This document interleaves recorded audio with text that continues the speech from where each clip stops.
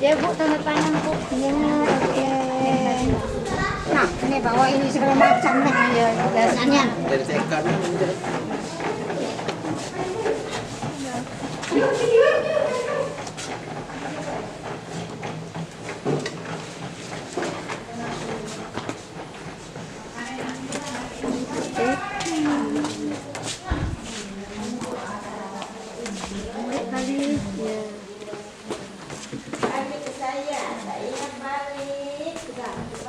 Assalamualaikum warahmatullahi wabarakatuh.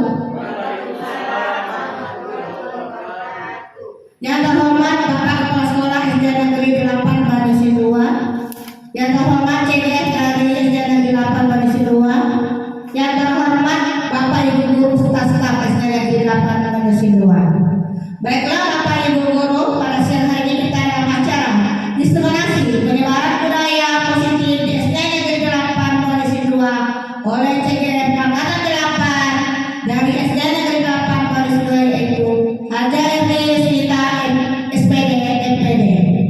Baik, sebelum kita masuk ke acara pada siang hari ini, marilah kita bersama-sama membuka acara pada siang hari ini dengan melepaskan basmalah. Bismillahirrahmanirrahim.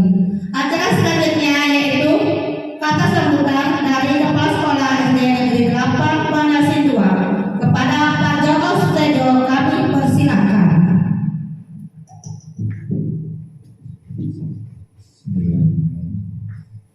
Assalamualaikum warahmatullahi wabarakatuh. Yang saya hormati kepada seluruh dewan guru beserta staf, dan yang saya banggakan Bu Haja Erni SPD MPD selaku calon guru penggerak dan angkatan 8. Bapak Ibu sekalian, pada hari ini kita berkumpul bersama semua atas berkat rahmat Allah Subhanahu wa taala. Kita diberikan kesehatan nikmat dan selawat bersalam tidak kita lupa kita panjatkan kehadiran Nabi besar kita yaitu Nabi Muhammad SAW. Bapak Ibu sekalian,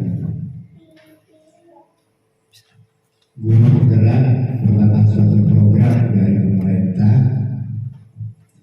yang pada saat sekarang ini sudah berada di angkatan 8 dan termasuk dari salah satu guru kita ikut di dalamnya. Alhamdulillah. Dan kami juga meminta bagi guru-guru kami yang masih muda agar mengikuti jejak dari Ibu Haja Erni SPD ini, karena sudah menjadi program dari pemerintah yang sangat positif.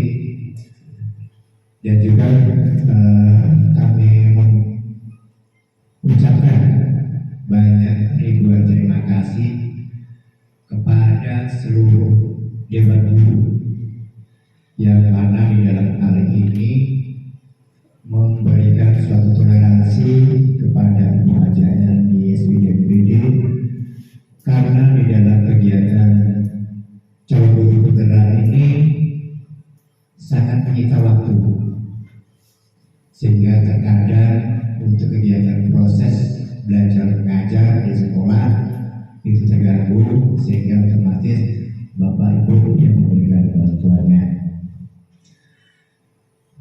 Bapak Ibu sekalian, di Banyuasin 2 itu belum banyak guru penggerak, tapi alhamdulillah SD 8 ada satu guru penggerak yang mudah-mudahan ini akan meningkatkan pendidikan di SD Negeri 8 Banyuasin 2 khususnya dan di Banyuasin 2 umumnya. Bapak Ibu sekalian,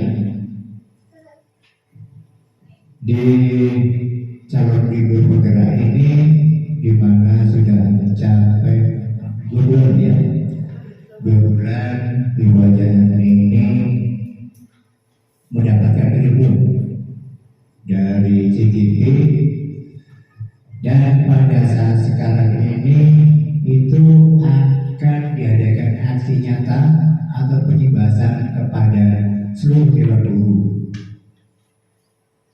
yaitu aksi nyata diseminasi budaya positif di SD Negeri 8 Banda Sidoa. Oke,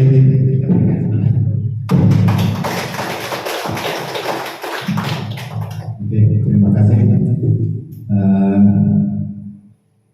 Saya ucapkan selamat kepada Ibu Haja dan SPD. Semoga segala ilmu yang sudah didapatkan ini nantinya akan meningkatkan pendidikan di SD kita, di SD Negeri 8 Banda Sidoa pada khususnya, dan di Banda Sidoa pada umumnya. Saya kira itu saja sambutan dari saya. Saya akhiri dengan ucapan wassalamualaikum warahmatullahi wabarakatuh. Itulah kata sambutan dari Kepala Sekolah SD Negeri 8 Banda Sidoa. Acara selanjutnya yaitu pemaparan CGF Angkatan 8 dari SD Negeri 8 Banda Sidoa, yaitu Haja RT Yusrita SPD MPD. Kepada beliau kami silakan.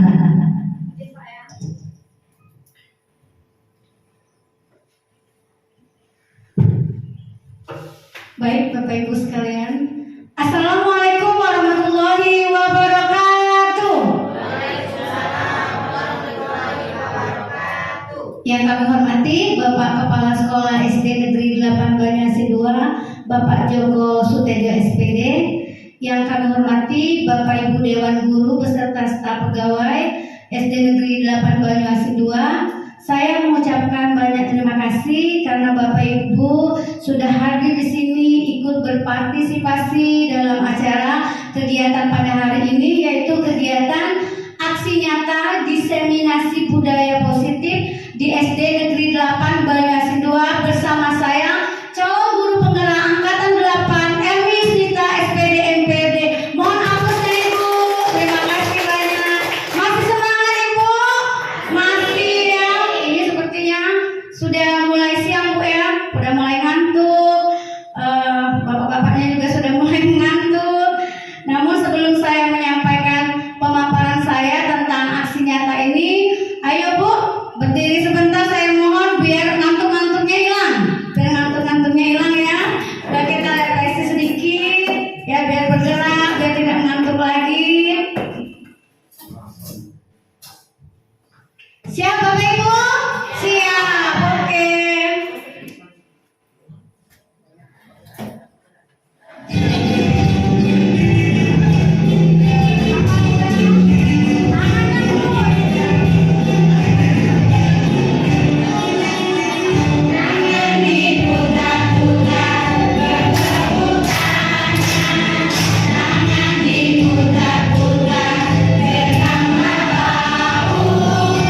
Tangan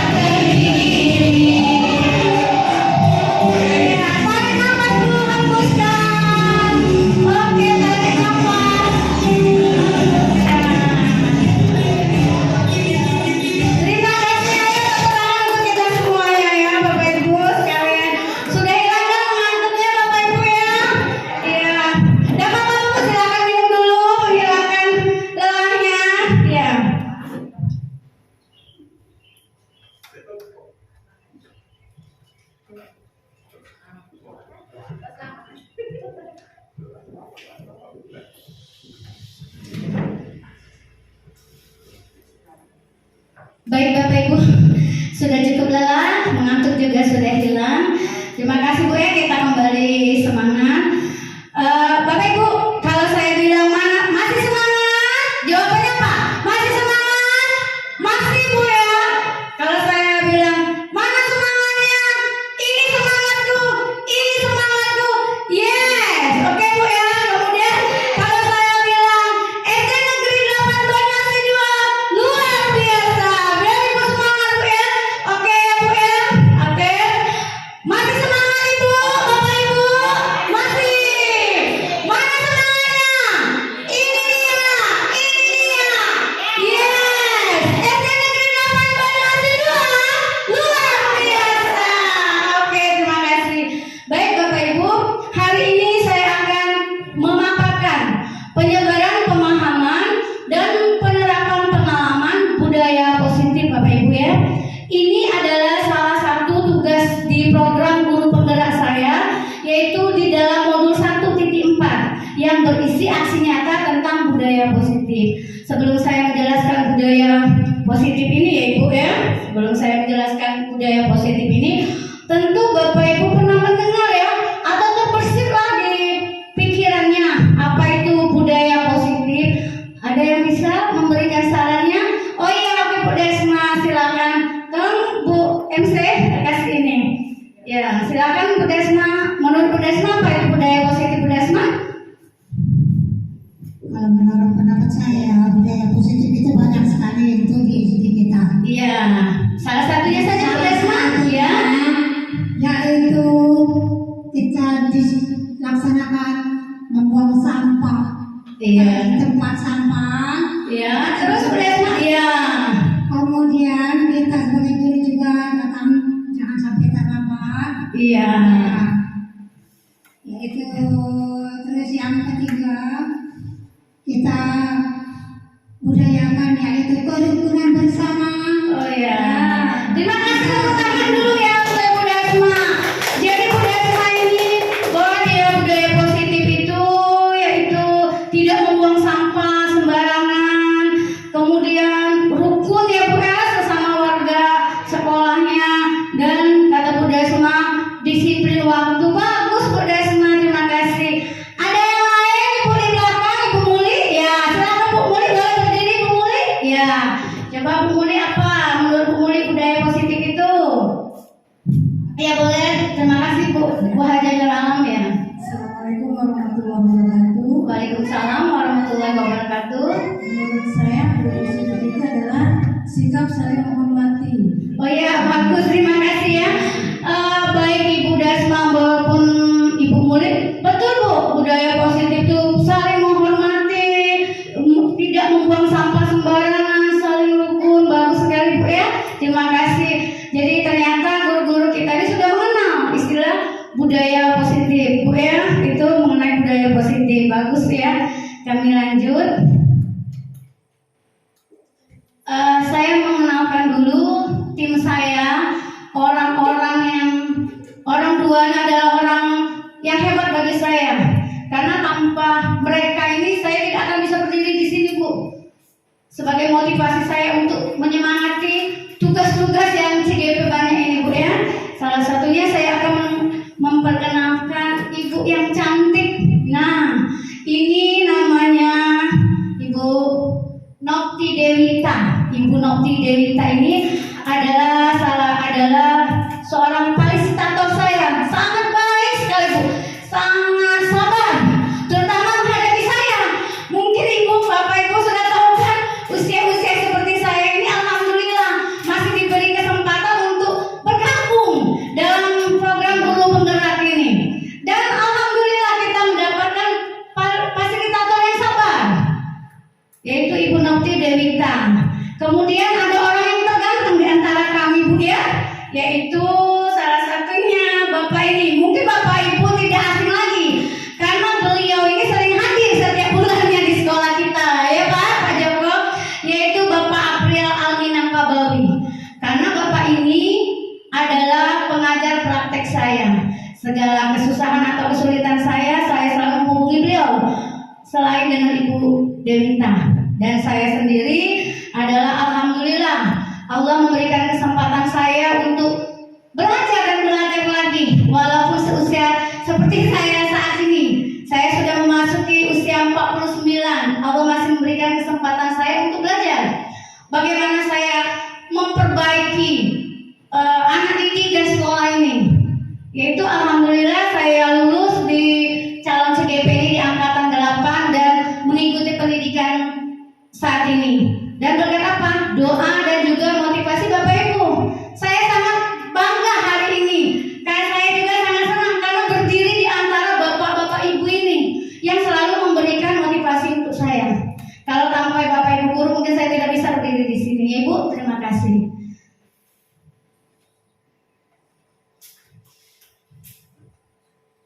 Ini Bu ya, dalam konsep budaya positif ini materi-materi yang akan saya sampaikan pertama mengenai perubahan paradigma belajar.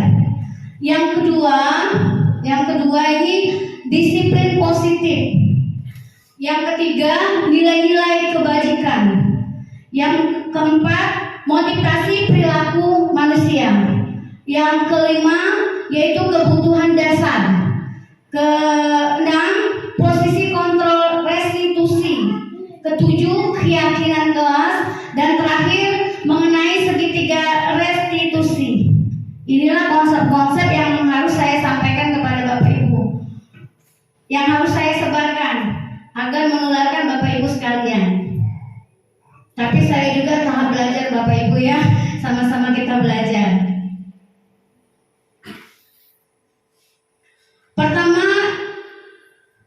Poin pertama, konsep inti di budaya positif yaitu perubahan paradigma belajar. Nah, perubahan paradigma belajar ini Bu, yaitu yang kita kenal pembelajaran paradigma baru.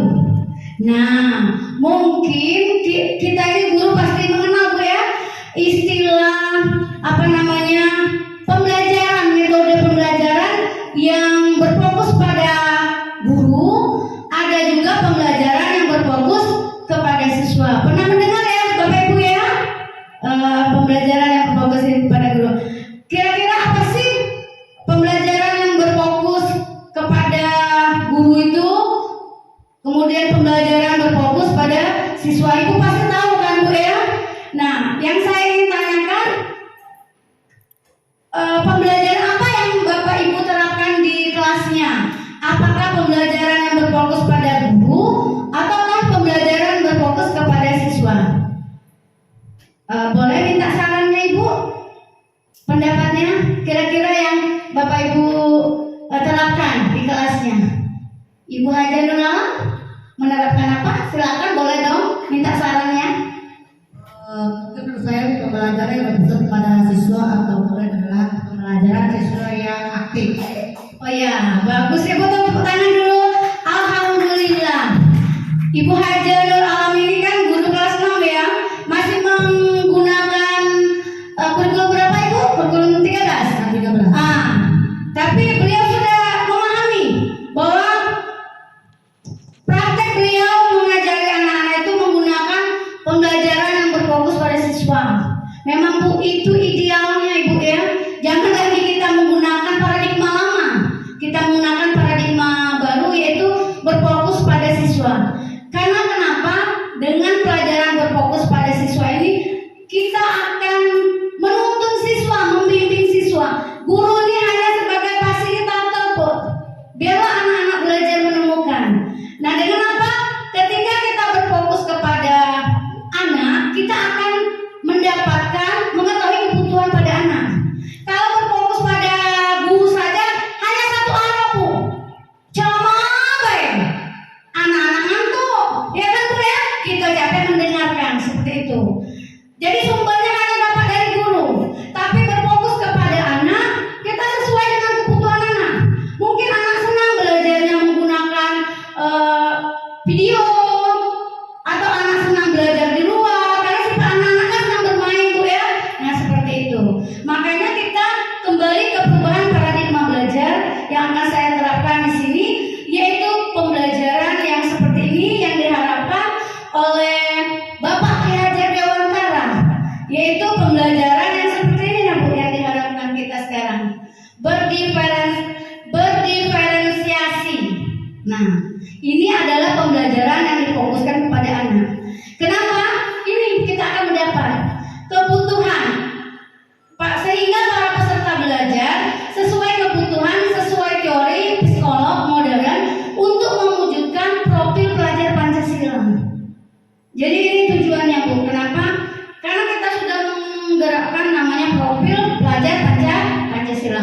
Bapak Ibu pasti mengenal kan Bu ya istilah ini. Seperti yang ini, profil pelajar Pancasila ini ada 6 dimensi Bu. Pertama yang di sini, beriman bertakwa kepada Tuhan Yang Maha Esa dan berakhlak mulia. Kita berharap apa? Anak didik kita ini beriman bertakwa, ya. Adanya Tuhan, dia yakin adanya Tuhan. Jadi anak kita itu selain itu dia berkarakter. Jadi anak kita itu Pak ya, Bapak Ibu sekalian, tidak hanya pintar ilmu pengetahuan, namun dia memiliki karakter. Karakter ini tadi Bu, berakhlak mulia. Itu yang diharapkan oleh cita-cita Bapak Ki Hajar Dewantara. Kedua, yang ini ada berkebinekaan global. Maksudnya di sini Bapak Ibu sekalian, kita ini kan bangsa Indonesia ini kaya akan suku Bu ya, bahasa, daerah dan kebudayaan. Kita berharap anak-anak ini memiliki sifat berkebinekaan. Dia menyatu, walaupun temannya ada yang Padang, ada yang Jawa sukunya, ada yang Bugis, tapi dia menyatu. Jadi yang kita harapkan dia memiliki berkebinekaan global ini. Anak didik kita dengan pelajaran ini tadi ya Bu ya. Nah, ketiga, bergotong royong. Nah, bergotong royong ini Bu, bukan hanya anak itu gotong royong membersihkan sampah di lingkungan kita, bukan itu saja. Namun anak di bergotong royong ini maksudnya anak bisa berkolaborasi dengan siapa? Ya dengan kita. Jadi kita ada kerjasamanya dengan anak, berkolaborasi. Seperti itu diharapkan. Yang 1, 2, 3, 4 kreatif. Tentunya kita dengan seperti ini anak-anak bisa berkreatif, bisa berpikir kreatif dan bisa bernalar kritis, berpikir kritis. Dan terakhir anak bisa mandiri. Itu Bu ya yang diharapkan dari perubahan paradigma belajar kita yang baru ini. Kita lanjut Bapak Ibu ya. Selanjutnya ini menurut Dr. William Glasser meluruskan miskonsepsi tentang makna kontrol. Ini yang pembelajaran paradigma baru. Pertama,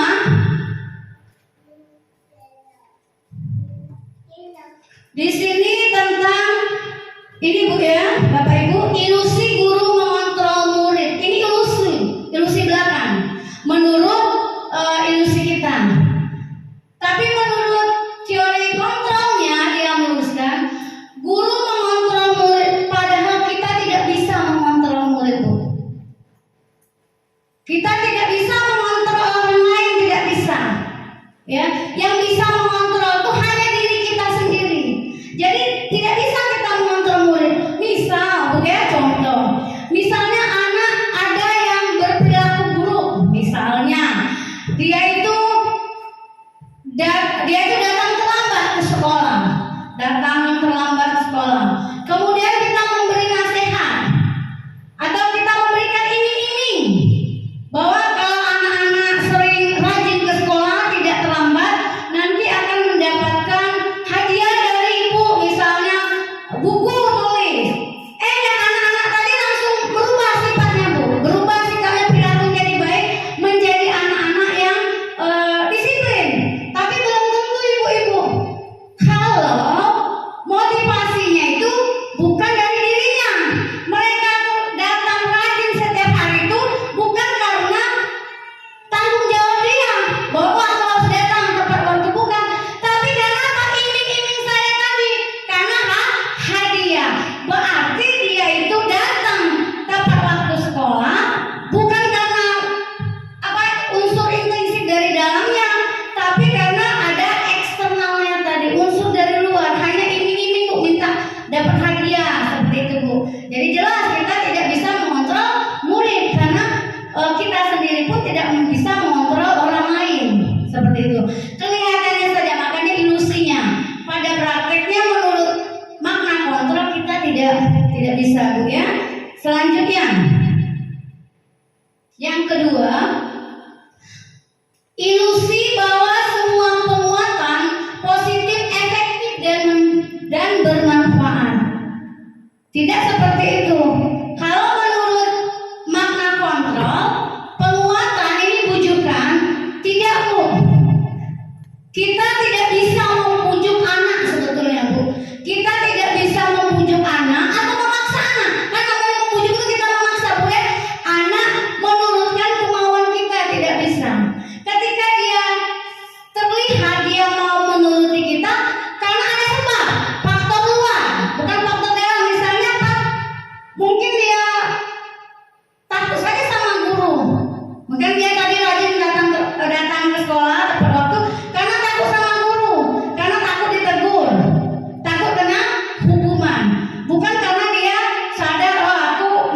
jam 7.15 itu karena kesadaran.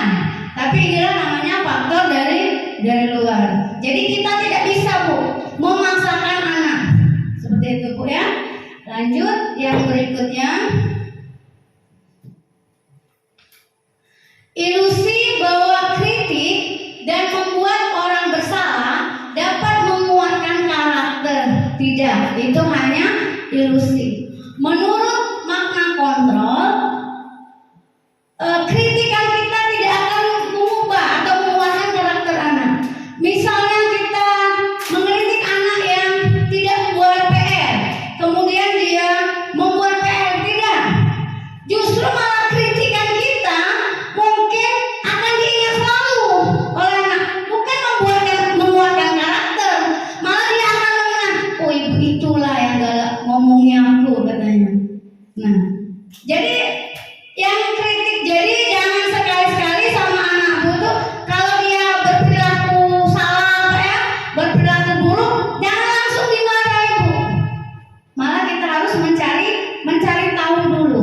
Karena kadang kritik kita ini bukan membuat karakter anak semakin baik, bahkan dia nanti menendam.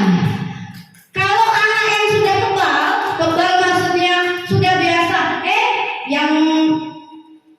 yang sering ribut di sini itulah biang kerok. Nah itu Bu ya, jangan sekali-sekali Bu. Nanti anak ini akan mengingat. Jadi dia kok berpikir negatif, nak biang kerok terus dianya. Nah itu maksudnya Bu ya. Jadi jangan sekali-sekali kita mengkritik anak dengan tujuan untuk membuat bersalah, dapat menguatkan karakter. Tidak akan menguatkan karakter anak. Bahkan nanti anak akan mengingat selalu. Dia mengingat hal kata-kata yang negatif. Kalau anak yang tidak sensitif mungkin dia angin lalu Bu. Kata orang Palembang itu masuk telinga kanan, keluar telinga kiri. Tapi kalau ketika kita mendapatkan anak yang sensitif Bu, dia akan mengingat. Mungkin dari sampai di SMA sampai dia dewasa akan mengingat apa tuh pembicaraan apa yang dibilangkan oleh gurunya. Ya Bu ya.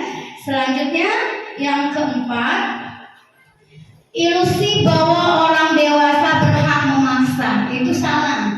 Kita nih sama anak tentu kita dewasa lebih dari anak Bu ya. Nah itu salah. Kita tidak bisa memaksa kontrol anak. Contoh saja kita sendiri orang dewasa ya Pak. Misal ketika Bapak Kepala Sekolah misalnya Pak Joko nyuruh guru-guru semuanya harus hadir. Kita sekolah itu masuk jam 7.15, jam 7 harus di sekolah.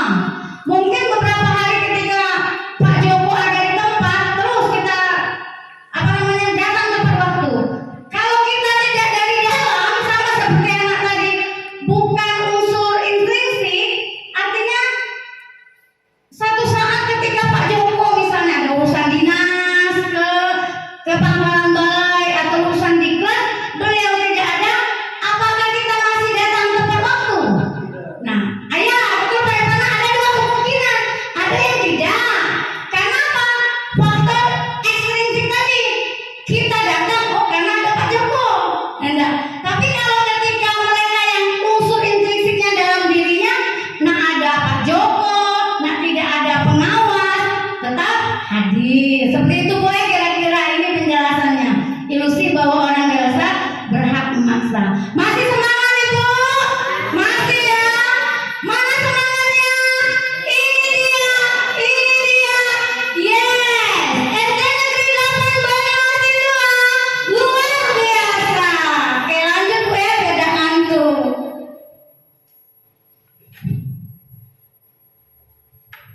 Nah ini teori juga ini Bu ya. Ini paradigma lama. Ini paradigma lama stimulus respon. Yang ini yang baru. Apa namanya? Penelitian teori kontrol. Saya jelaskan Bu ya satu-satu. Pertama katanya stimulus respon menyatakan realitasnya kebutuhan kita sama. Tapi kalau menurut teori kontrol tidak. Kebutuhan kita tidak sama, berbeda. Jelas. Murid saja yang tinggal satu lingkungan saja tentu berbeda ya kan Bu?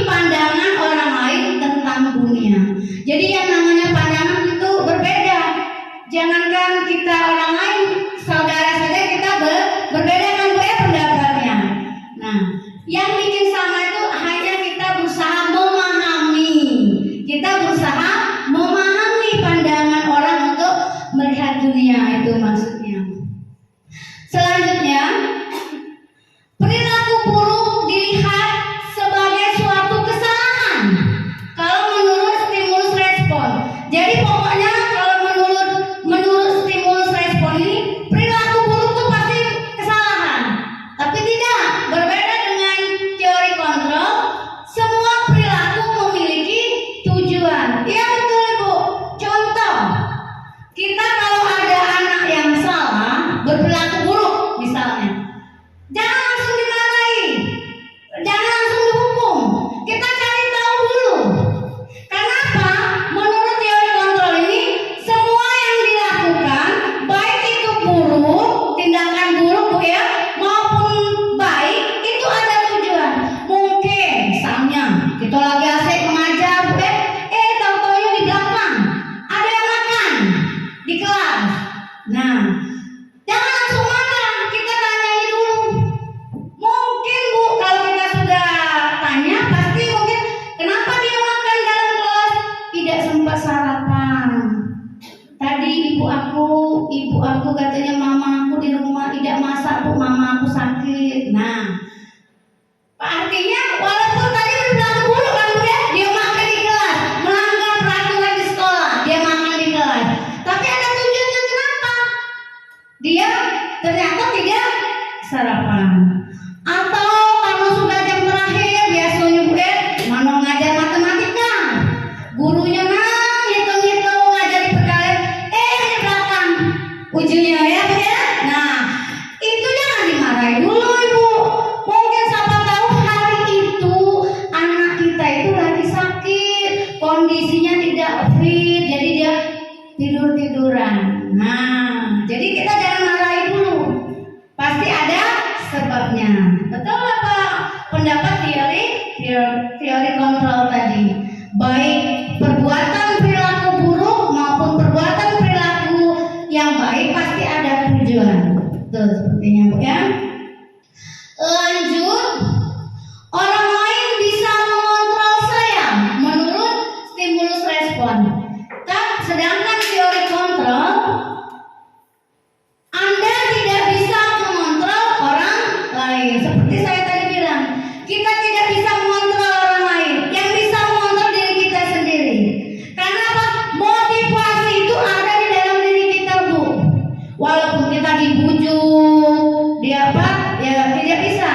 Karena yang bisa mengendalikan kita adalah diri kita sendiri.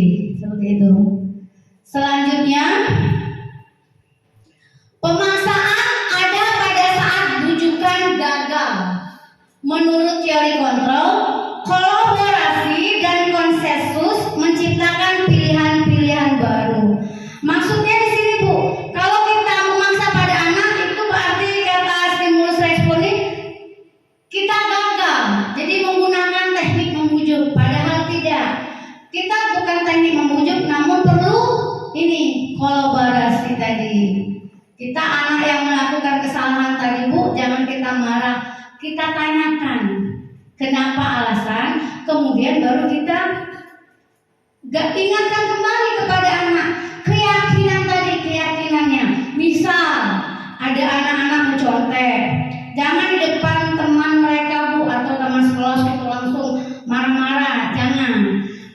Istirahat atau pulang sekolah, kita cukup ini 4 mata dengan anak tadi kita bilang, kita tanya mengapa tadi nak mencontek, pasti dia jujur sama kita, tidak belajar, apa sebabnya, pasti kita tanyakan sebabnya. Mungkin dia main-main atau semalam saya tidak sehat Bu, tidak sempat belajar. Nah baru kita tanyakan kira-kira perbuatan mencontek tadi itu baik atau tidak. Anak-anak pasti menjawab tidak, seperti itu. Nah, baru kita kasih solusinya jangan kita serahkan. Jadi bagaimana biar tidak mencontek. Nah, itulah contoh kolaborasi antara guru dan murid tadi. Jadi tujuannya apa? Anak-anak ini biar bisa bertanggung jawab. Walaupun dia melakukan kesalahan, tapi dia bertanggung jawab untuk memperbaiki kesalahannya.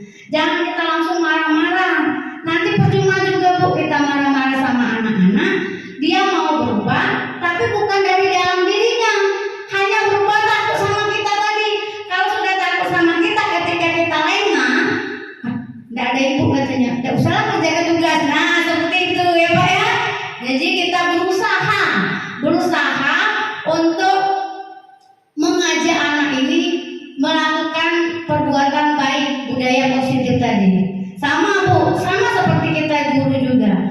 Kita ini Bu, kalau mau berubah niat, mungkin terlalu cepat instan tidak bisa.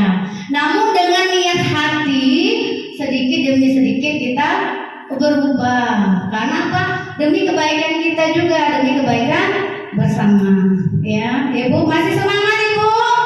Mana semangatnya? SD Negeri 8 Banyuasin 2 luar biasa.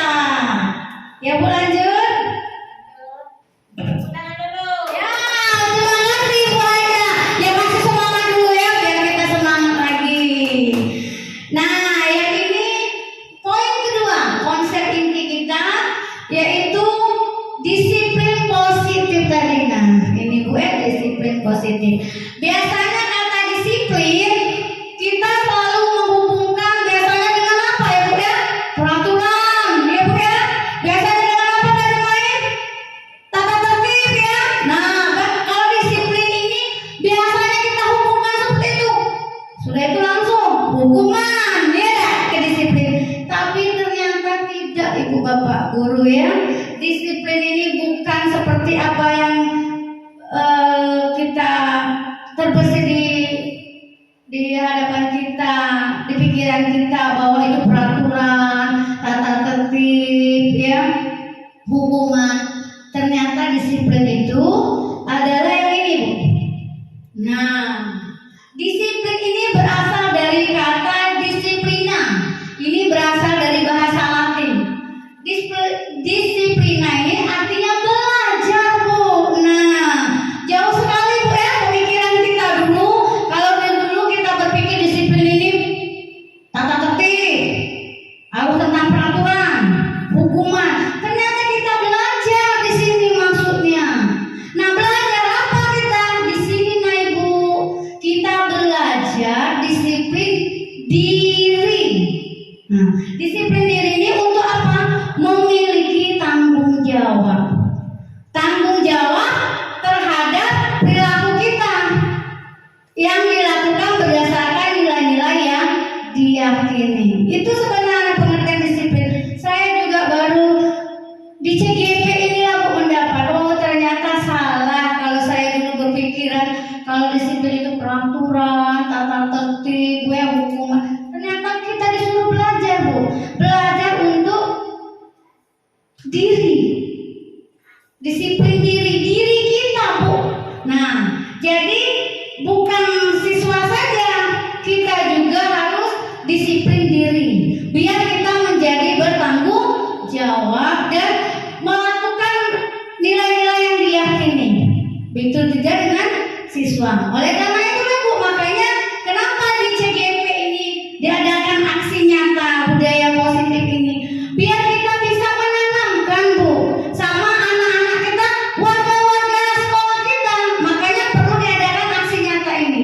Jadi ilmu yang saya dapat dari CGP, saya tularkan bersama Ibu dan mengajak, mari yuk kita sama-sama disiplin positif di sekolah. Seperti apa yang diinginkan, yang diharapkan oleh impian dari Bapak Ki Hajar Dewantara. Ini tujuannya Bu ya. Nah, ya, disiplin positif ini merupakan salah satu cara penerapan disiplin yang bertujuan untuk menumbuhkan kesadaran peserta didik. Tanpa ini Bu, kita mau menghilangkan motivasi eksternalnya tadi Bu. Motivasi eksternalnya yang tadi apa Bu? Yang ini nah Bu, siswa itu mau menuruti kita karena apa? Penghargaan atau rewards, ancaman atau hukuman. Kita mau menghilangkan ini nah Ibu. Ya, kita mau menghilangkan ini biar muncul kesadaran dirinya itu. Makanya tugas kita adalah ini Bapak Ibu, tugas kita selanjutnya ya. Nah, untuk mewujudkan tadi ya Bu ya, tugas kita selaku guru, kita memberi contoh. Karena tanpa kita berbicara panjang lebar, tanpa contoh yang baik, suri teladan yang baik bagi guru, anak-anak tidak akan mencontoh. Lanjut Ibu.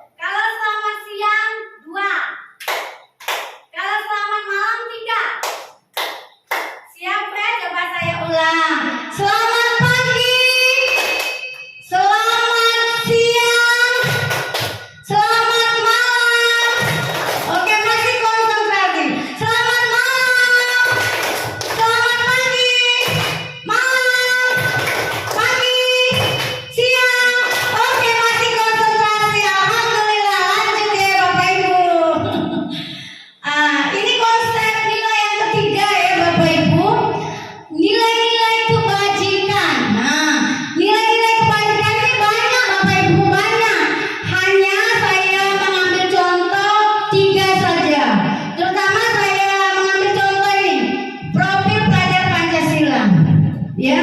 Nah, yang ini Bapak Ibu, contohnya ini profil Pancasila yang tadi ada 6 dimensi. Pertama, beriman bertakwa kepada Tuhan Yang Maha Esa dan berakhlak mulia. Kedua, mandiri. Ketiga, bernalar kritis. Keempat, berkebinekaan global. Kelima, bergotong royong. Dan keenam, kreatif. Ini menurut profil pelajar Pancasila. Contoh yang kedua saya ambil dari The Seven Essential Virtues. Pertama ada empati, kedua ada suara hati, ketiga ada kontrol diri, keempat ada rasa hormat, kelima ada kebaikan, keenam ada toleransi, dan ketujuh keadilan. Contoh berikutnya saya ambil yaitu petunjuk sumber hidup atau skill ini Bu ya. Pertama, dapat dipercaya. Kedua, lurus hati. Ketiga, pendengar yang aktif. Keempat, tidak merendahkan orang lain. Kelima, memberikan yang terbaik dari diri. Nilai kebajikan ini maksudnya Bu, nilai-nilai yang positif. Nah ini yang diambil contoh-contoh ini Bu ya, di luar dari, lepas dari agama Bu ya, terus suku bangsa, latar belakang. Ini diambil dari institusi organisasi Bu, contoh kebajikan-kebajikan. Banyak sekali kebajikan-kebajikan atau kebaikan. Yang ini jadi saya mengambil 3. Terutama untuk anak didik kita mengarahkan ke sini nah, yaitu sesuai dengan profil pelajar Pancasila atau dikenal dengan P5 yang kita sudah memakai kurikulum Merdeka. Ya Bu ya, lanjut. Nah, oke. Motivasi perilaku manusia. Nah, ini tadi Bu. Motivasi perilaku manusia. Motivasi perilaku manusia ini ada 3. Pertama, ada 2 Bu ya. Unsur motivasi ekstrinsik. Yang ini yang saya singgung-singgung tadi Pak ya. Anak menghindari ketidaknyamanan. Jadi anak itu patuh dengan kita, taat dengan aturan, ternyata ada unsur ekstrinsiknya itu cuman tidak nyaman aja, dia tidak dihukum. Nah, dia mau milih yang aman, bukan dari dalam dirinya. Ini tadi ada imbalan atau reward. Ternyata Ibu ya, kita jangan terlalu sering rupanya Bu ya. Tapi kalau tingkat TK anak kelas rendah ya 1, 2, 3 mungkin perlu puji-pujian ya. Tapi kalau sudah di kelas 3, 4, 5 kelas tinggi ya, itu mungkin kita jangan menggunakan seperti ini. Karena ini tidak membangun Bu ya. Karena ini unsur dari luar. Kita berharap anak itu memiliki tanggung jawab dari diri sendiri. Yang ini kita harapkan Bu ya. Nah, yang ini. Nah, ini kita berharap Bu ya. Memang sulit sepertinya Bu ya, tapi tidak apa-apa seperti kata saya tadi. Sedikit demi sedikit kita mengikuti perubahan asal dengan niat hati kita. Nah, kita untuk memberikan, menjadikan anak didik kita ini menjadi ini nah Bu. Mereka meyakini kesadaran diri sendiri, bukan ada unsur yang kedua ini nah Bu. Ya Bu ya, kita berharap anak-anak didik kita dan kita juga berharap kita mulai ke sini nah Bu ya. Motivasi itu datang dari diri kita sendiri agar kita apa? Anak didik kita menjadi anak didik yang mandiri, bertanggung jawab gitu.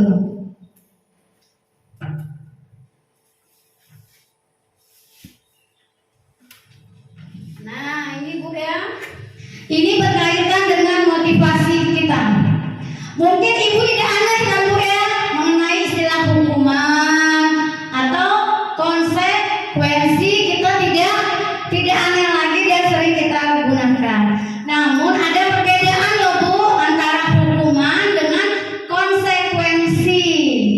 Kalau hukuman pertama tidak terencana atau tiba-tiba. Kalau konsekuensi terencana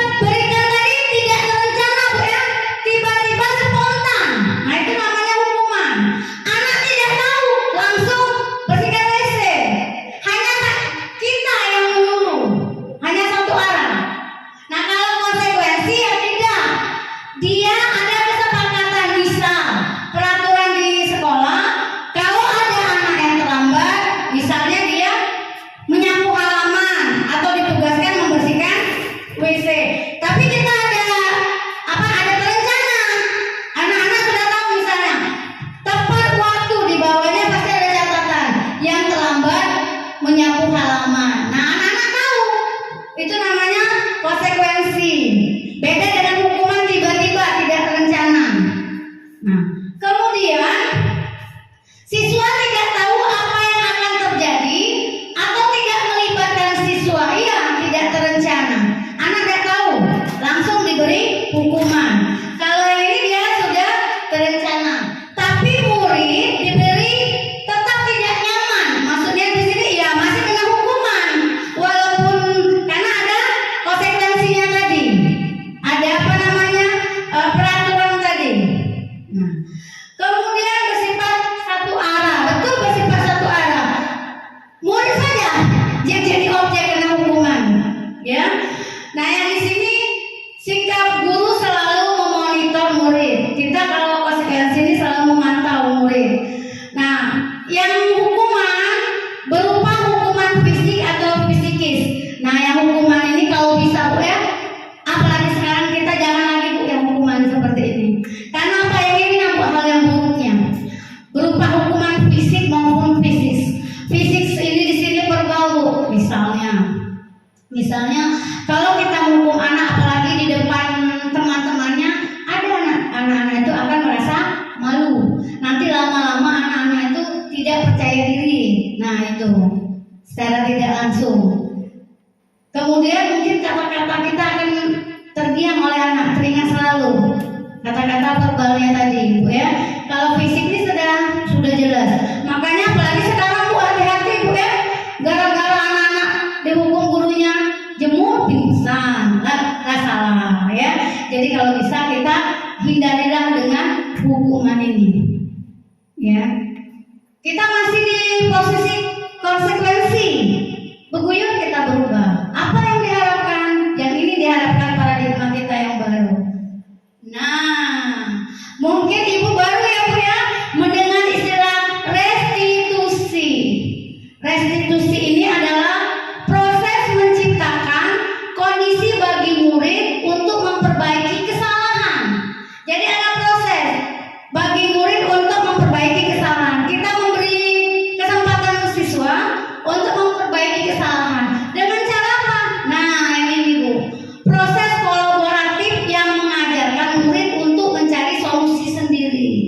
Jadi murid yang bermasalah tadi, kita ajak ngomong, kita berbicara, dan mengingatkan perbaikan. Jangan sampai anak melakukan kesalahan itu kita marahi.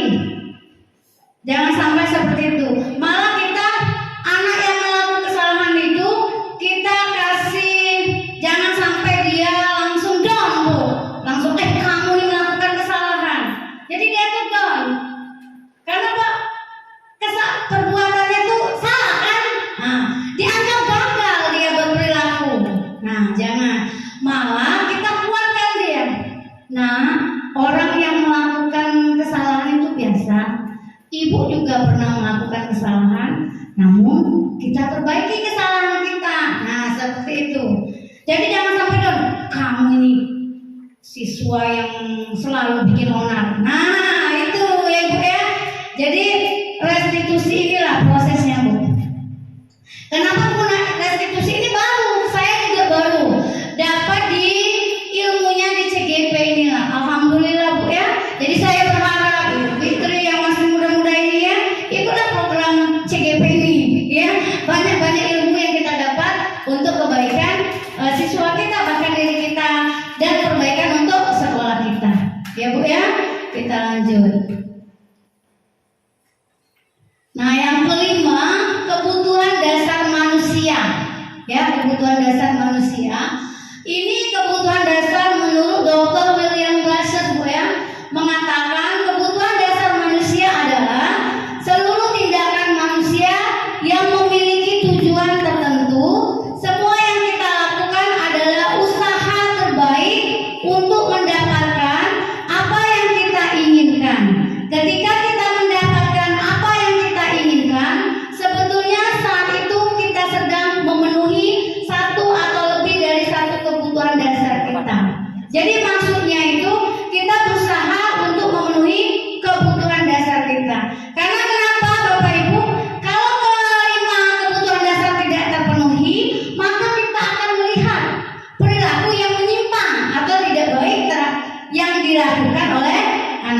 kita.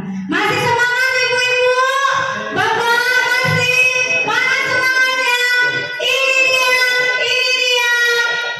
dia, sukses selalu. SD Negeri 8 Banyuwangi 2, luar biasa. SD Negeri 8 Banyuwangi 2. Oke, terima kasih, semangat ya ibu. Ya boleh silakan. Nah ini bu ya, 5 kebutuhan dasar manusia. Pertama, bertahan hidup. Nah, bertahan hidup contohnya tempat tinggal, makanan, pakaian, keamanan, dan kesehatan. Ini yang mencakup sandang pangan ya bu ya. Nah ini contoh. Kata saya tadi ketika kebutuhan salah satu saja 5 kebutuhan tidak terpenuhi, maka akan kita lihat ada perilaku yang menyimpang. Contoh, misal yang anak makan di kelas tadi bu, ya kan? Nah, jangan langsung kita marahi, kita tanya, kenapa dia makan di kelas? Dia tidak sarapan. Kenapa? Ada kebutuhannya yang tidak terpenuhi. Coba kebutuhan apa yang tidak terpenuhi di sini? Anak yang makan di kelas, dia melanggar peraturan. Ibu murid kebutuhan apa? Kesehatan, yang lain? Makanan, baik-baik kebutuhan makanan. Kenapa? Dia tidak sarapan, jadi dia butuh makan. Nah, kalau kebutuhan ini tidak terpenuhi berarti ada nyimpang, ya. Di kesehatan bisa juga, karena dia penyakit mah. Kalau dia sarapan, kalau dia cepat-cepat dia makan bisa juga. Nah, berarti ada kebutuhan yang tidak terpenuhi. Nah, yang ini pertama. Contoh, saya ambil contoh perilaku anak-anak kita saja ya bu ya. Yang kedua, merasa diterima. Diterima oleh siapa? Mungkin dengan teman-temannya, keluarga atau kelompok. Nah, mungkin ibu pernah melihat ya bu ya.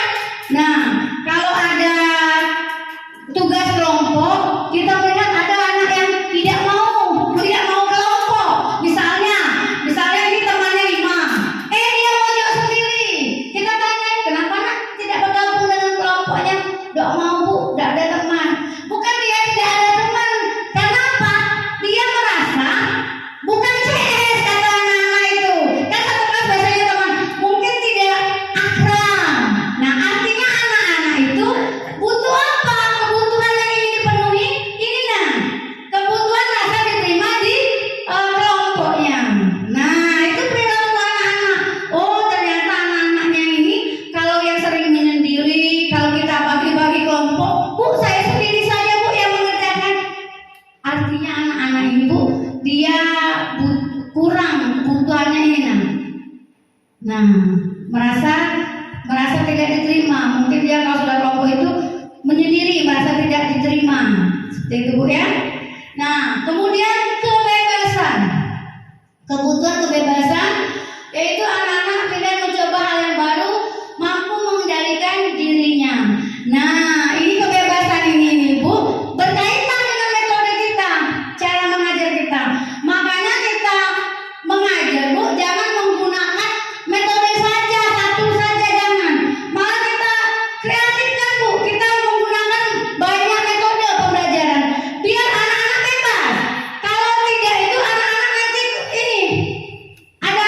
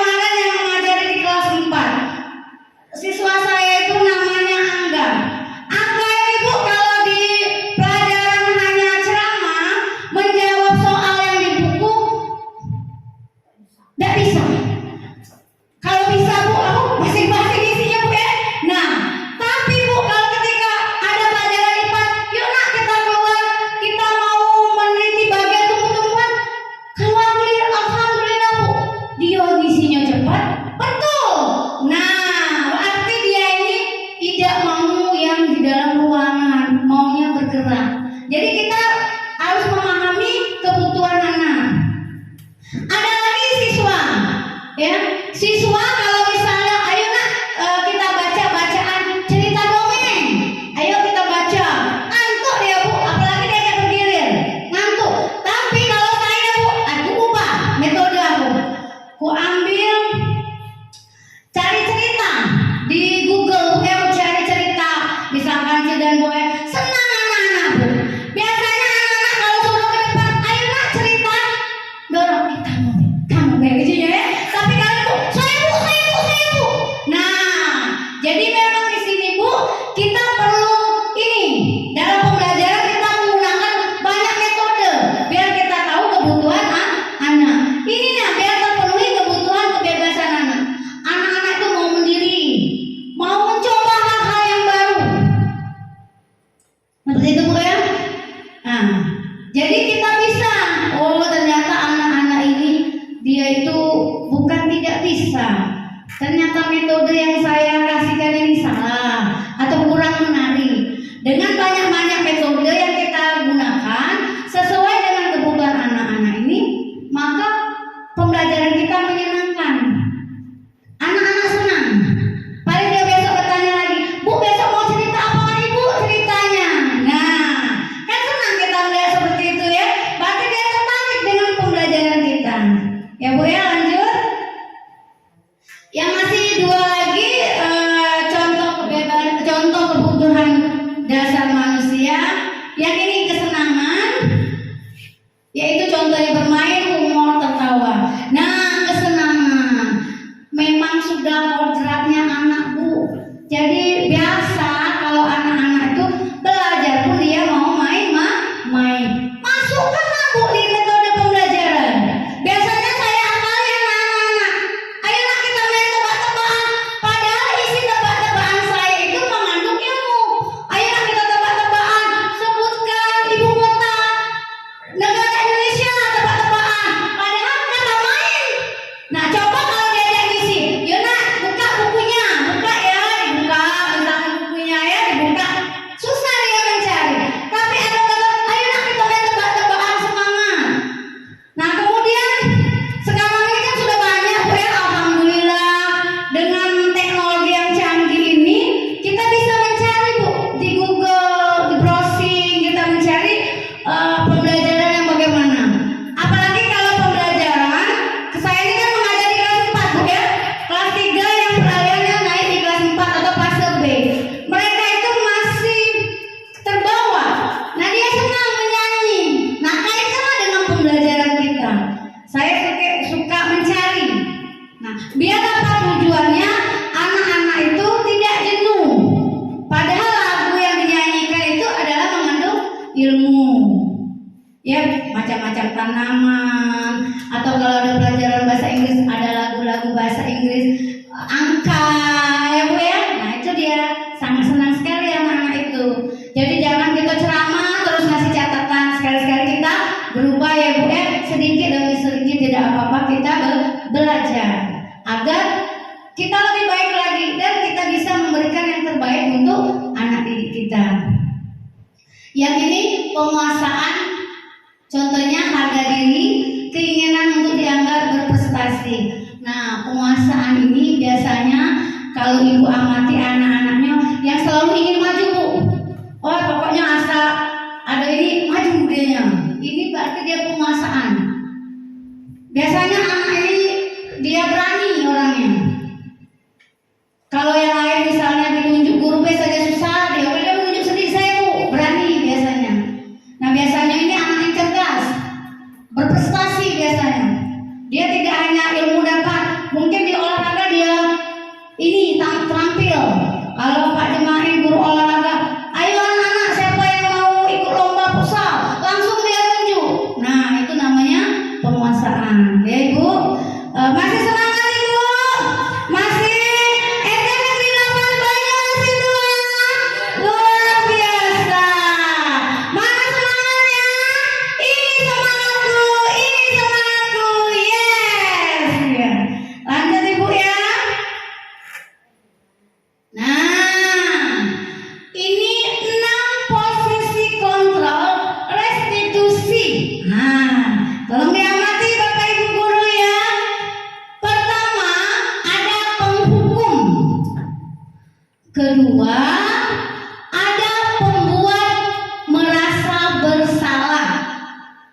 ketiga ada teman, keempat ada pemantau, ya, pengamat pemantau, dan terakhir kelima manajer.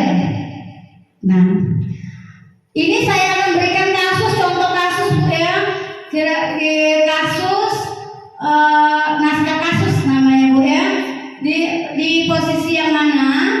Di sini kan ada 5 posisi kontrol guru Bu ya, 5 posisi kontrol guru. Kira-kira kita tuh berada di mana? Sebelum itu nanti saya jelaskan satu-satu contoh. Ya, saya sudah buat contoh. Nah, ini contoh penerapan 5 posisi kontrol. Kita kan ada 5 Bu ya tadi. Ini kasusnya siswa tidak mengerjakan PR atau tugas. Contoh, ini contoh Bu ya. Kalau dia penghukum, anak yang tidak mengerjakan PR-nya, kamu tidak mengerjakan PR, bersihkan WC. Nah, itu kalimatnya Bu ya. Kalau dia penghukum. Tapi ketika dia membuat merasa bersalah, ketika ada anak yang tidak mengerjakan PR atau tugas, dia misalnya ibu ya, ibu yang ini guru. Berapa kali Bu harus beritahu kamu? Kamu selalu saja mengecewakan ibu. Nah, ini kalimat kita ini membuat anak merasa bersalah. Ini kalimat kita ini. Ini namanya membuat merasa bersalah. Jadi kalau dia bapak misalnya, sudah berapa kali bapak beritahu kamu? Kamu selalu saja mengecewakan bapak. Nah, ya, ini ketika dia posisinya pembuat merasa bersalah dia. Nah, bagaimana ketika dia posisi teman? Ketika dia posisi teman, seorang guru posisi kontrolnya sebagai teman, biasanya dia berbicaranya akrab. Kalau posisi teman, akrab dengan murid, dia langsung berbicara seperti ini. Ini contoh ini Bu ya, contoh perkataannya. Ayo dong ikuti aturan sekolah. Nah, itu biasanya ketika ada anak yang tidak membuat PR, kalau gurunya posisi kontrol, dia bilang seperti ini. Ayo dong ikuti aturan sekolah. Nah, ada lagi dia bilang, tolong bantu ibu ya sekali ini. Nah, itu kalau dia posisi teman. Dia biasanya dia akrab dengan murid, berkatanya lebih dekat. Nah, kemudian ada lagi yang diucapkannya. Ya sudah, tidak apa-apa. Lain kali jangan sampai berbuat seperti ini ya. Nah, ini posisi kontrol ketika guru itu sebagai teman posisinya. Nah, tapi ketika dia memantau, dia akan berbicara seperti ini. Kamu sudah melanggar peraturan sekolah. Kamu tahu konsekuensimu. Kamu tidak boleh istirahat. Kamu kerjakan PR atau tugasmu dan jangan diulangi lagi. Nah, ini ketika si guru berada di posisi pemantau. Dalam satu kasus ini Bu, cuma beda posisinya.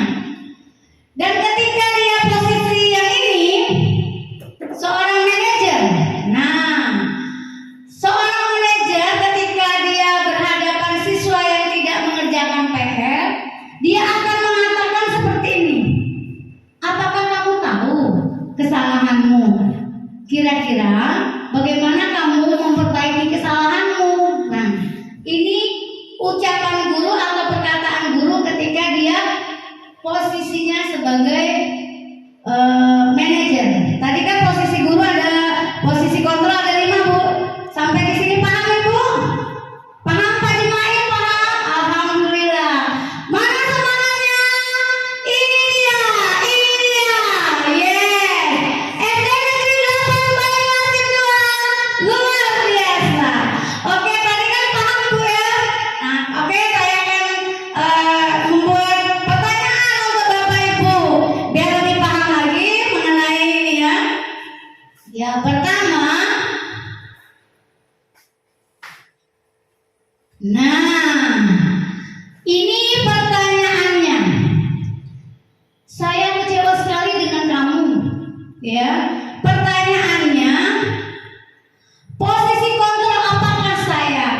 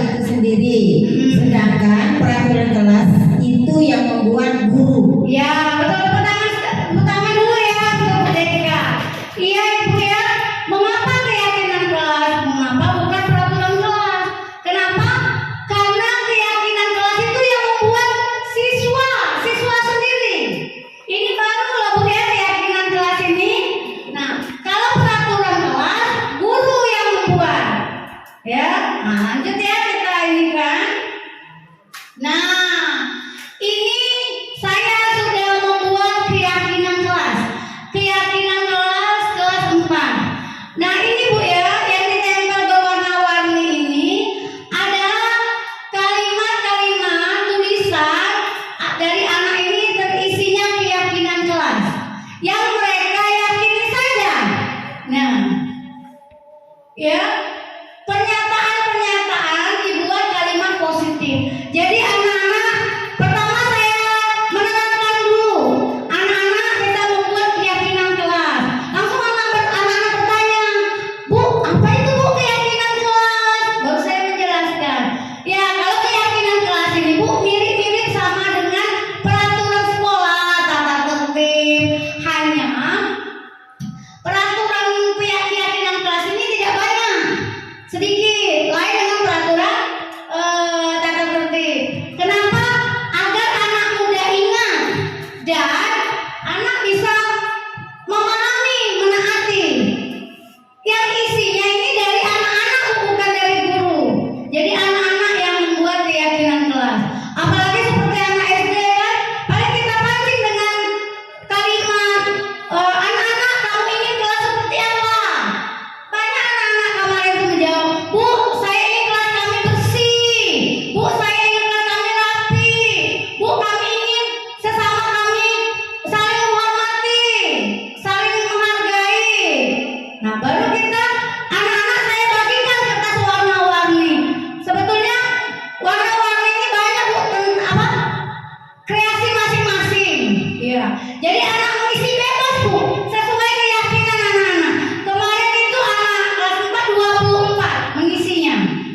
Kemudian hasil anak-anak tadi kita tempelkan Bu. Kita tempel sudah penuh yang ini tadi Bu ya, penuh diisi dengan kalimat yang positif. Kalau ada kalimat negatif itu dihilangkan. Misalnya Bu ya, contoh. Tadi anak-anak ngomong, Bu, kami ingin kelas kita bersih. Jadi berarti kebersihan. Nah, apa anak kamu lakukan? Ada yang menjawab, menyapu. Ada membuang sampah. Tidak membuang sampah Bu sembarangan. Nah, kata tidak ini tidak boleh. Buangkan sampah pada tempatnya. Jadi jangan kata jangan, kata tidak. Nah, keyakinan. Sudah penuh Bu ya, baru kita sortir Bu. Anak-anak kan biasanya sama kalimatnya. Ada merapikan, sama saja kan tentang kebersihan. Ada menyapu kelas, jadi sama tentang kebersihannya. Akhirnya yang 24 ini kami peroleh keyakinan yang ini Bu, ada 5. Yaitu dapatlah disiplin, anak datang tepat waktu, berarti disiplin. Ada kejujuran, artinya anak-anak jujur dalam mengerjakan soal, ujian, tugas. Kemudian ada saling menghargai, saling menghormati sesama teman maupun guru. Dan ada juga anak membuat menjaga lingkungan. Artinya anak-anak menjaga lingkungan, kerapian. Ya, ini didapati. Kemudian kalau setelah disortir Bu ya sudah dapat, baru kita ini anak-anak sedang mental tadi Bu ya. Nah, baru kita anak-anak menandatangani Bu, membuat tanda tangan pernyataan mereka tadi. Jadi anak-anak kita panggil menandatangani kesepakatan.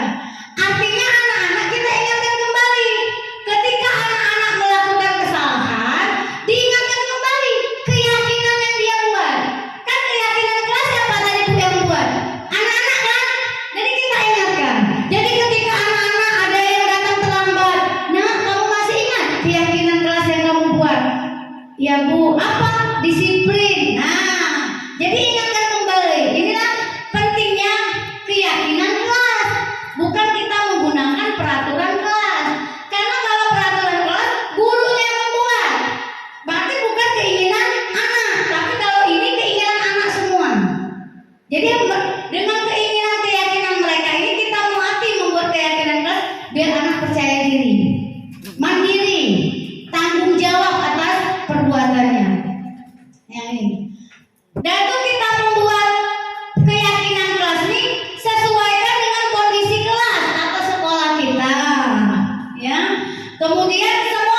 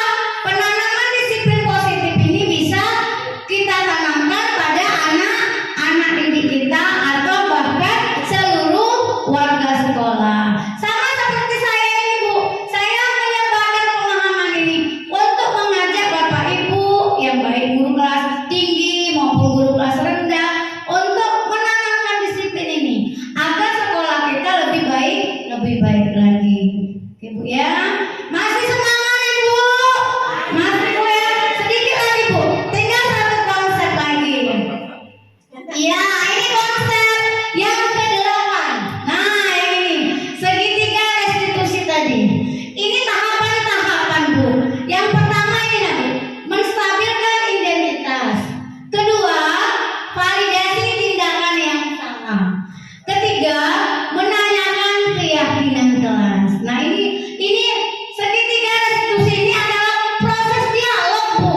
Namanya segitiga restitusi ini proses dialog kolaborasi antara guru dengan siswa. Biar apa? Anak-anak tadi kembali bertanggung jawab atas perbuatannya tadi. Ini dikatakan segitiga restitusi. Ini Nadia. Nah, bentuk seperti segitiga. Pertama, menstabilkan identitas. Ya, yang ini maksudnya. Saya jelaskan yang ini. Nah, menstabilkan identitas ini berdasarkan prinsip membuat kesalahan adalah bagian proses pembelajaran. Jadi ketika anak salah, jangan kita sampai dia down, Bu, dengan kalimat kita. Kita dorong anak itu biar semangat, kembalikan semangatnya. Dengan apa? Kata-kata seperti ini. Ini contoh, Ibu, ya. Tidak ada manusia yang sempurna. Nah, kedua, berbuat salah itu wajar, Nak. Ya. Ibu juga pernah berbuat salah. Ibu tidak mau mencari siapa yang salah, tapi ibu mau membantu mencari solusi masalah ini. Nah, jangan gitu, kamu lagi. Ya jelas anak itu. Berarti dia itu melakukan kesalahan, gagal dalam perbuatan. Kita semangatkan dulu. Pertama, semangatkan dulu. Katakan yang ini. Ini adalah salah satu contoh, salah satu contoh kalimat. Yang kedua, yang ini. Validasi tindakan yang salah. Jadi dia tadi kan sudah tahu dia salah. Tindakannya apa? Nah, ini tindakannya. Baru kita ini biasanya percakapannya, kamu pasti punya alasan mengapa melakukan hal itu. Tadi kan sudah dikatakan troy kontrol itu perbuatan baik maupun perbuatan yang buruk pasti punya tujuan. Jadi kita tanyakan, walaupun dia salah kita tanyakan, kamu pasti punya alasan mengapa melakukan hal itu. Padahal kamu bisa melakukan lebih buruk dari ini kan? Kamu patut bangga karena telah melindungi sesuatu yang penting buatmu. Kamu melakukannya karena mempertahankan sesuatu yang paling penting bagimu. Misal, kita menemukan anak yang dia bertengkar.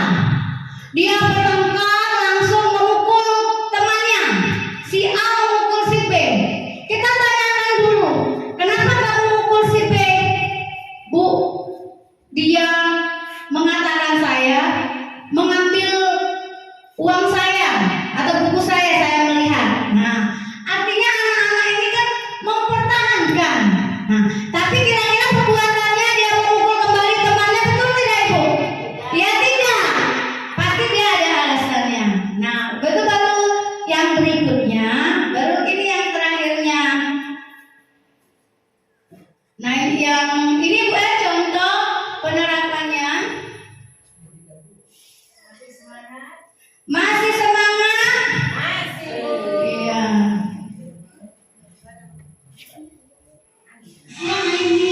Nah, ini contoh saja, Bu, ya. Alhamdulillah. Ini tahu kalian validasi. Oh, jadi ini belum tahu ya. Ini dari tadi kita bahasa Indonesia ya kan. Nah, Ibu melihat ini melihat jawaban temannya sebangku Alisa. Betul apa Ibu katakan? Nah, jadi betul ya. Ini contoh sama kita. Kenapa Ibu bilang saya? Oh, tidak belajar di rumah. Jadi dari mana? Main apa tidur itu? Main. Jadi hari ini tidak belajar karena main. Main apa saya? Main-mainan. Jadi hari ini tidak bisa belajar. Tidak belajar. Sehingga hari ini contek. Hari ini masih ingat.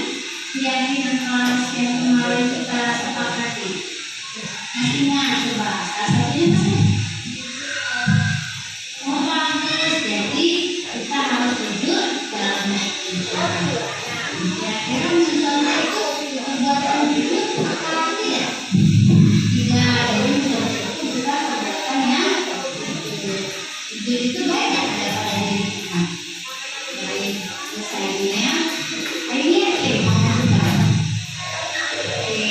yakin tidak mau mencoba lagi. Yakin apa yang dilakukannya ini biar tidak mencoba lagi. Belajar semampunya terus berdoa kepada Allah. Terus kira-kira yang dikatakan hari tadi belajar semampunya, doa kepada Allah, kapan mau mulai? Oh bagus saya ini mau mulai hari ini. Yakin? Ya, itu yakin juga sama ini. Pasti ini bisa berubah lebih baik lagi jadi anak yang soleh. Terima kasih ini. Terusnya. Nah itu tadi Bu salah satu contoh penerapan segitiga restitusi. Kasus yang saya hadapi ini si Aini ini ketahuan mencontek, tapi saya tidak langsung memarahinya di depan temannya Bu. Ketika jam pulang saya panggil dia, saya tanyakan. Nah betul dia menjawab jujur. Nah baru saya ingatkan kembali keyakinan kelas. Apa keyakinan kelas kita minggu kemarin kita buat kejujuran Bu. Nah kira-kira perbuatan Aini melanggar yang mana? Kejujuran. Kira-kira kalau kejujuran itu baik nggak buat kita Aini? Iya Bu. Nah dia kan meyakini, kan anak-anak yang membuat keyakinan tadi. Nah baru kita jadi bagaimana solusinya biar Aini tidak mencontek? Dia akan menjawab, belajar Bu, tidak tidur malam. Nah itu adalah solusi yang diberikan siapa yang mau mendapat anak sendiri. Nah kemudian yang biasa kita beri penguatan, kita yakini, ya yakin sama Nur Aini, pasti Nur Aini bisa. Nur Aini anak yang soleh. Kita kembalikan ke profil Pancasila tadi. Nah seperti itu. Jadi anak-anak kan tidak terngiang-ngiang Bu ya. Nah kalau berharap kita gunakan segitiga restitusi ini Bu ya. Mudah-mudahan kita bisa Bu ya untuk ininya. Nah terakhir ini kesimpulan Bu ya. Nah sudah sampai hari terakhir kesimpulan hari ini. Ini saya ambil dari kesimpulan dalam rangka menciptakan lingkungan yang positif, maka setiap warga sekolah dan pemangku kepentingan perlu saling mendukung. Nah, baik kepala sekolah, guru dan anak, pokoknya warga sekolah saling mendukung, menghayati dan menerapkan nilai-nilai kebajikan yang tadi, nilai-nilai yang positif tadi, yang telah disepakati bersama untuk dapat menerapkan tujuan mulia tersebut. Maka seorang pemimpin pembelajaran perlu berjiwa kepemimpinan sehingga dapat mengembangkan sekolah dengan baik agar terwujudnya suatu budaya yang positif. Jadi kita kepala sekolah memberikan nilai kepemimpinan, kita guru memberikan nilai kepemimpinan juga kepada anak-anak. Kita memberikan contoh baik untuk anak-anak. Agar apa? Budaya positif ini terciptanya budaya positif ini. Hilanglah motivasi yang tadi Bu, eksternal tadi. Sehingga apa? Budaya sekolah yang positif sesuai dengan standar kompetensi pengelolaan yang telah ditetapkan. Baik Bapak Ibu, terima kasih. Alhamdulillah akhirnya kita sudah selesai. Terima kasih atas perhatiannya. Mudah-mudahan apa saya sampaikan ini bermanfaat untuk kita semua dan bisa kita terapkan untuk pada diri kita pribadi maupun pada anak-anak kita. Akhirul kalam. Assalamualaikum warahmatullahi wabarakatuh.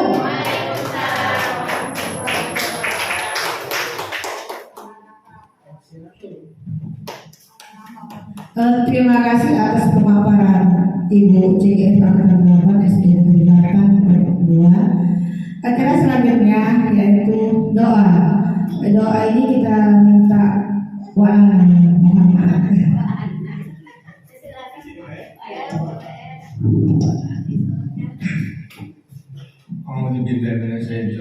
Bismillahirrahmanirrahim. Alhamdulillahirabbil alamin.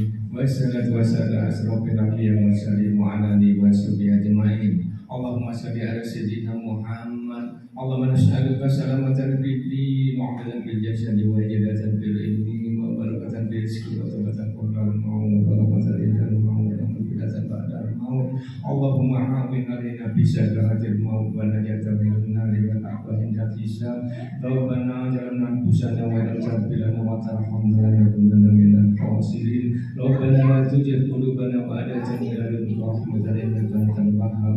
Rabbana hab lana min azwajina wa dhurriyyatina qurrata a'yunin waj'alna lil muttaqina imama. Rabbana atina fid dunya hasanatan wa fil akhirati hasanatan wa qina adzabannar. Wa sallallahu ala sayyidina Muhammadin wa ala alihi wa sahbihi ajma'in. Subhana rabbika rabbil izzati amma yasifun wa salamun alal mursalin walhamdulillahi rabbil alamin. Terima kasih. Acara selanjutnya yaitu penutup. Sebelum menutup acara pada siang hari ini, saya selaku MC memohon maaf apabila ada kesalahan kepada Allah saya yang ampun. Usikum binasib taqwa. Wassalamualaikum warahmatullahi wabarakatuh.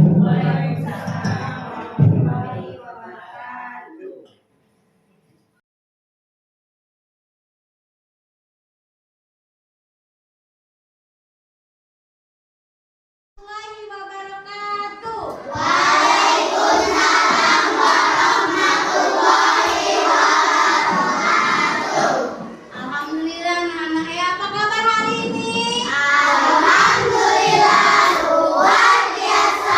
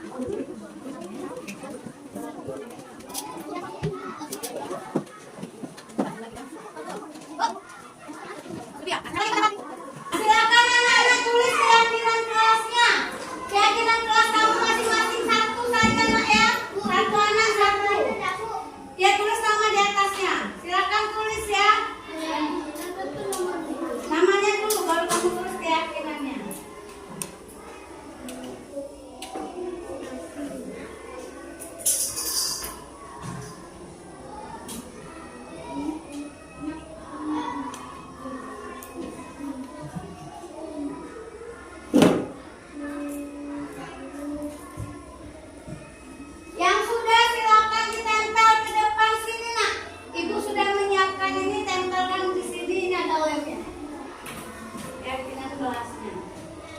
Yang sudah boleh bawa ke depan ditempel. Ya, tempel ini lemnya. Tempelkan sini.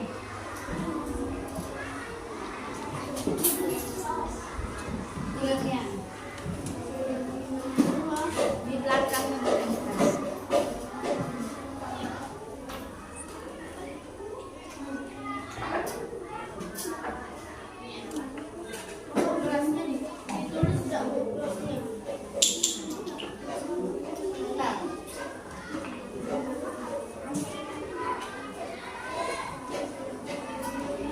Ya.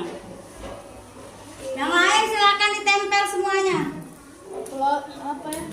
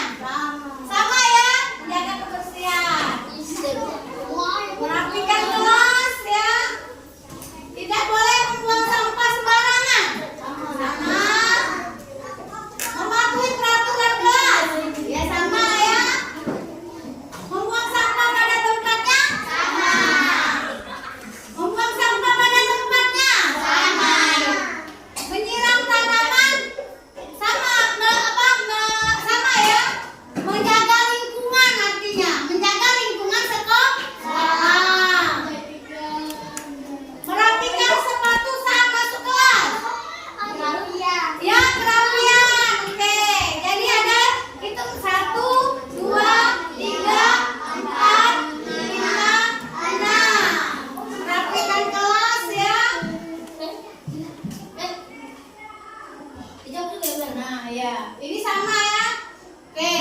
Nah, anak-anak, inilah kesepakatannya. Kesepakatannya ini kita buat menjadi keyakinan kelas. Tadi yang banyak-banyak tadi sudah menjadi berapa sayang? Menjadi berapa ini? Ada 5. Jadi kita sepakat ada berapa keyakinan? Ada 5. Pertama, membersihkan kelas berarti menjaga kebersihan kelas. Kesepakatannya menjaga kebersihan. Jadi ini ya kesepakatannya itu menjaga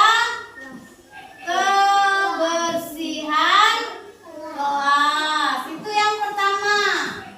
Kedua, menghormati Bapak Ibu guru, berarti saling menghormati. Saling menghormati. Menghormati siapa?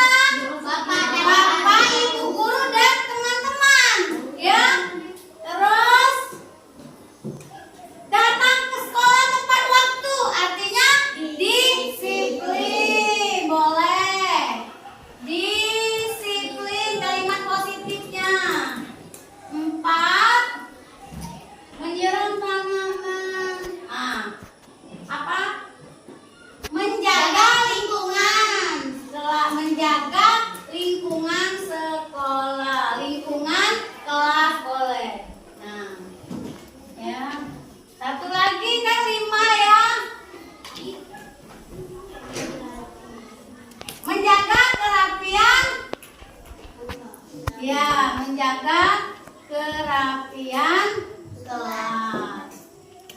Nah, alhamdulillah hari ini anak-anak sudah mempunyai kesepakatan. Kesepakatan ini diyakinkan menjadi keyakinan kelas. Ada berapa tadi, Nak? Ada 5. Pertama apa? Menjaga kebersihan kelas. Kedua, saling menghormati. Ketiga, disiplin. Keempat, menjaga lingkungan. Terakhir, menjaga kerapian kelas.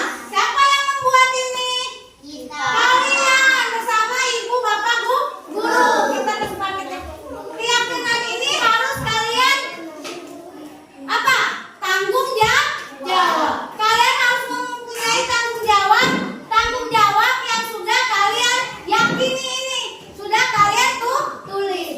Agar kalian bertanggung jawab. Nah, kesepakatan sudah dibuat, maka anak-anak harus menandatangani kesepakatan. Siap anak-anak? Siap melakukan keyakinan kelasnya? Siap. Siap bertanggung jawab? Siap. Baik ya, kita tanda tangan. Bawa penanya ya.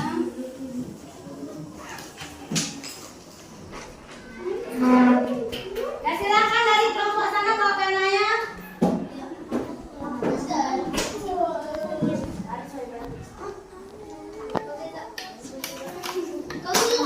Ya maju. Tulis namanya. 1 nomor.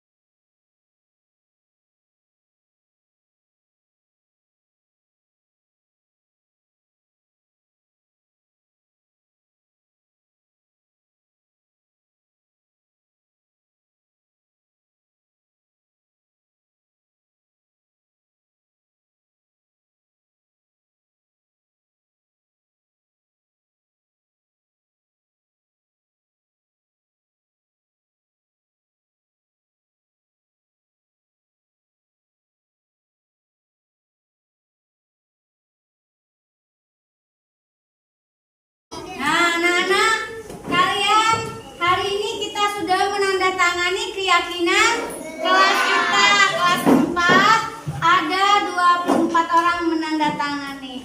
Artinya kelas 4 ini semuanya harus bertanggung jawab atas keyakinan sudah disepakati bersama. Siap menjalankan keyakinannya dengan penuh tanggung jawab? Siap. Baik anak-anak ya. Assalamualaikum warahmatullahi wabarakatuh.